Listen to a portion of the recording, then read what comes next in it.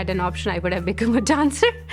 The truth is, I came back from the Middle East and a friend of mine who was in recruiting said, Jean, it's really lucrative. Do you want to make loads of money? I remember in first year I had an introduction to computer science course and we were programming in C++.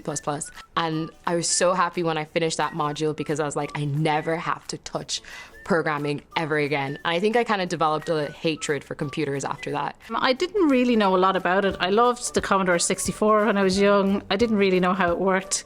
I was always fascinated with technology though. And when I was around 12, I started going online and seeing all the people that had blogs and fan sites, and I decided to try to teach myself how to do that. I went in kind of blind and I started a course in Siemens College in Leeson Street and I got hooked. Then I did a transition, I did a conversion master's. Everything just seemed to flow. I seemed to have gotten over my fear of computers and coding. I think it's still beautiful for me, the fact that you can just think of ideas and you have an application that people can use and it can actually add value to people's lives. Normally when I tell people what I do, they would ask me if I am more of a designer. And then I say that no, I'm actually a developer. And they normally just nod and say, oh, okay. But I can tell that deep down they think that I'm designing things and not actually coding them. People are surprised when I mention that I'm an engineer. I'm a software engineer because apparently I am more social. I don't know, there's this misconception that engineers are very kind of nerdy or very introverted or very don't really kind of speak.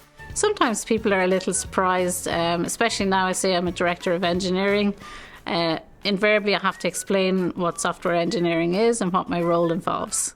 Historically, it's more male-dominated. People are more interested in joining engineering, and generally it's more mathsy as well. Back in my day, there was 2 people out of my entire class that did honours maths. Now, at least 95% of my daughter's class did honours maths. You don't have to know everything. If you like what you do and then you just study and you try to make yourself better, as long as you're confident and you know that this is what you like doing, you just keep going and you get to a point that maybe you never thought you would be. I've worked in about 7 or 8, if not more, global tech companies. Not every culture will suit you, and it's very difficult to change a culture.